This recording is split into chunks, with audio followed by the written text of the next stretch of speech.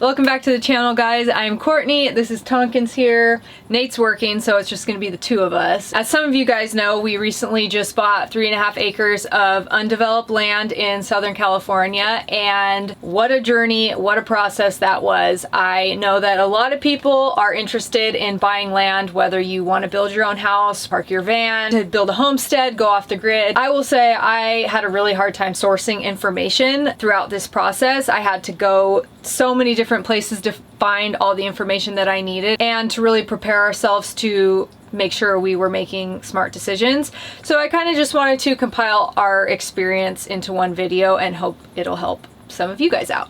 So the first thing you want to think about when you are starting to look for land is what exactly is your intention? What do you want to do with it? So for us, we were going to buy a house. We want to start a family, we want a home, but we couldn't find anything that satisfied our needs. So we decided we really wanted to try to build something ourselves. If you have a van or a camper and you just want to find land to park that on, if you want to build something off grid, you really have to know what you want to do, and then you have to make sure that whatever you want to do is actually allowed in your state or your county. So every county and every state is going to have different rules and regulations, but you'd actually be very surprised that many states and counties do not allow you to just do whatever you want. So in our county, you actually can't just buy land and park your camper. There is a permit that you can get with your building permit, so you have to have the intention of building a house and going through the whole permitting process through the county to obtain that permit where you can camp on your land. So for us, we're in our van. Our van's very mobile. We drive it around. It's our daily driver, and we still have a lot of travel plans, and we'll be in and out. So this is not a concern for us, because at the worst case scenario, if the county were to come by and say you can't park here anymore until you get your building permits going, we would have still wanted to buy the land because we want to build a house here. Now, if you strictly just want to get the land so that you can park your camper,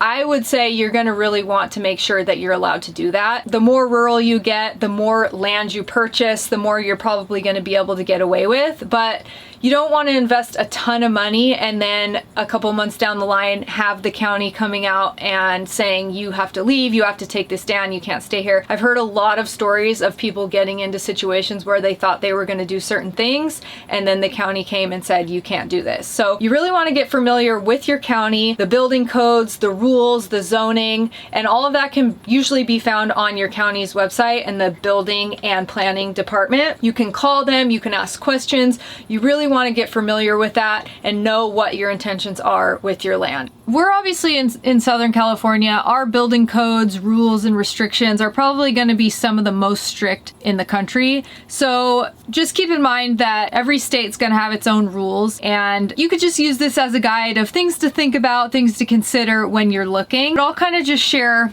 everything that we did. The three main things we were the most concerned with when looking at properties was going to be whether it had water, whether it had power, and whether it had a sewer connection or the ability to install a septic system. So those are kind of the three main things, the utilities.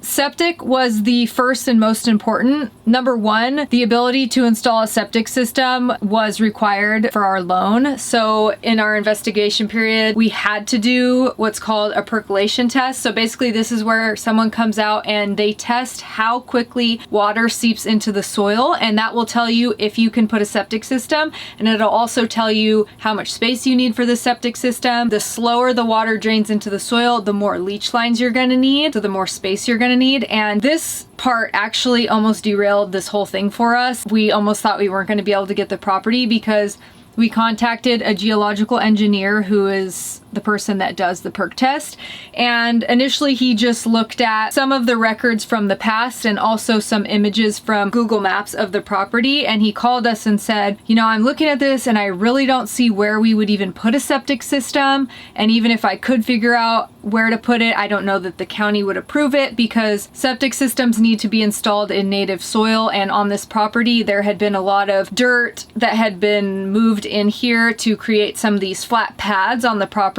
And so he was just really concerned that we weren't going to have a space to do it. I was really crushed. If you can't install a septic system, then you can't build anything. So it would have been off the table at that point. He asked him if he could just come out and take a look at the property and just get a better eye on it. And he agreed. And of course, that was we paid him. So that was a risk that we had to take. Luckily, he was able to find a spot that would work, and he was pretty confident. But there are two types of septic systems. So there's a regular septic system, and then there's an advanced treatment system. And the advanced treatment system basically takes the waste and treats it and turns it into basically like a gray water. You can use it for irrigation and stuff like that. And because the property and this whole surrounding area has high groundwater, we have to do the advanced treatment. So it's a lot more expensive, but we just wanted to make sure we would have an option to do septic. If you can connect to the sewer, that's an option. There will be costs. And then if you want to do like a more off the grid composting type situation, you'll just have to make sure that that's allowed in your county. And then water, luckily our property has water. It has a ton of irrigation because there's a bunch of plants. So the water's already set up here, so that's great. But when you're looking, you definitely want to figure out the water situation because you'll probably want water at your property. So we're connected to city water. If you can't connect to city water, then you'll probably have to drill a well, and that can be extremely risky because there's no real guarantee that you'll hit water if you drill a well, and they can be extremely expensive, anywhere from $15,000 upwards of $60,000. You can get in contact with a local well driller who has experience in your area and just try to ask them if they know any information about if there's water in the area. You just want to try to get as much information as you can before you actually have someone out to drill a well. So for us, we really wanted to look for a property that already had city water, because in this county, if you have a well, you also have to have a 10,000 gallon storage container of water per the fire department. You know, if there's a fire at your house, they need to pull water from somewhere, so you have to have that reserve. So that's like another huge expense. The next is going to be power. So if you're wanting to do more of an off-grid thing, of course, make sure it's okay with your county. I feel like power is a little bit easier. We've been living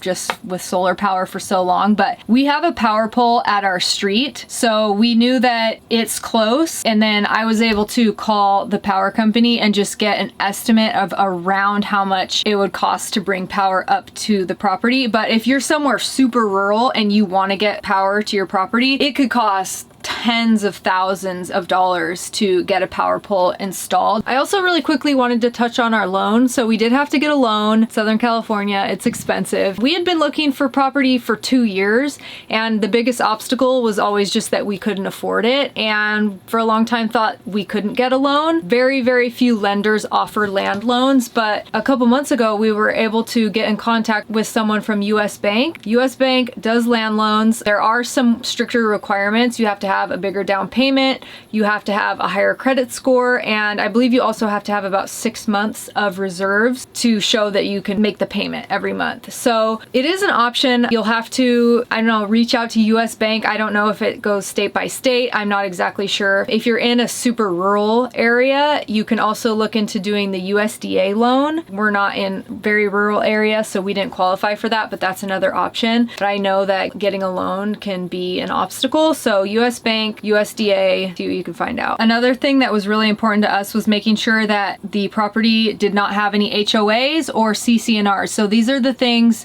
that can dictate a lot of what you can do with your property. Sometimes with HOAs, there's minimum square footage requirements. So your house has to be, for example, at least 2,500 square feet. So that would eliminate if you wanted to do a tiny house. For us, we want to start with a small guest house first, like 700 square feet, and then build the main house later. So in a place with an HOA, that wouldn't be allowed. Sometimes it also regulates what kind of fence you can put around your property. Can you park your boat, your RV, or your trailer in your driveway? All these kind of rules that we didn't really want to have. And you can kind of tell when you're driving through a neighborhood whether or not it's in an HOA, because everything kind of looks very much the same. Like all the houses will have the same kind of fencing, and everything has a specific landscaping, and you can kind of tell whether or not there are rules. And in our neighborhood where we bought our property, everything's nice, but it's very unique. Like everyone has kind of their own different things going on. People have their RVs and stuff and trailers.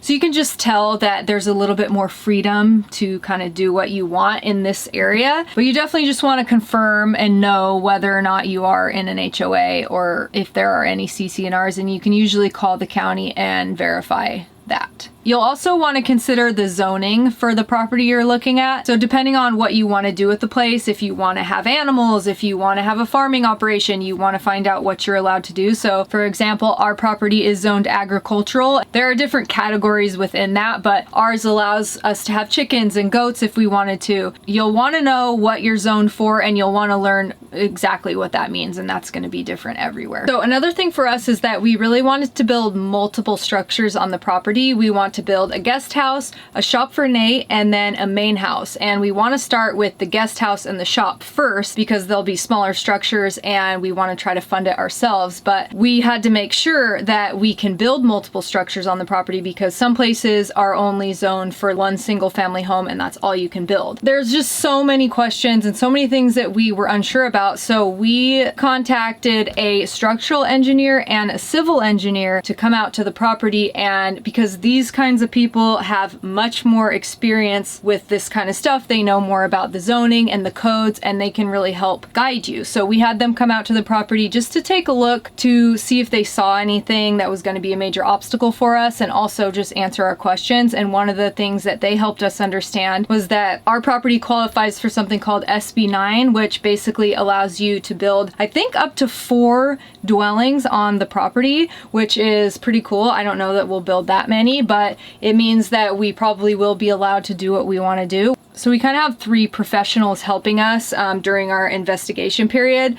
The geological engineer will help us with the soil report and doing the septic layout. He's the one who did the perk test. The civil engineer is the one who helps with the grading out the driveway. He knows about all the rules and regulations, like the fire department needs a turnaround and your driveway has to be a certain length and it has to be paved and all these different things. The civil engineer will help us with that. And then the structural engineer, he's the one who does the architecture. He does the plans for the electrical, the plumbing. So these 3 people are the professionals that are helping, giving us peace of mind in just knowing that we can do what we want to do. And it was super valuable to have them come out and just take a look at the property and help us identify any obstacles, and there weren't really any, and it was all good things. So that gave us peace of mind. We felt pretty confident in moving forward with the property based on the knowledge that they were able to give us. Another thing you can do is hire a land use attorney, and they will basically help you understand what the property is zoned for, if there are any easements, are there any rules and regulations on what you can and can't build there. So that's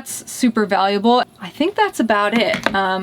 I hope you guys found this helpful. If you have any questions, please don't hesitate to leave them in the comments. If you want us to elaborate on anything else, let us know. We are definitely going to be sharing the process every step of the way. We will be getting into, I think the next step for us is to have the grading done. We have the civil engineer drawing up our grading plans now, and we also have the structural engineer getting things going. Things are moving along, so we will definitely bring you guys along for the process, and I hope you found this helpful, and thank you so much for watching.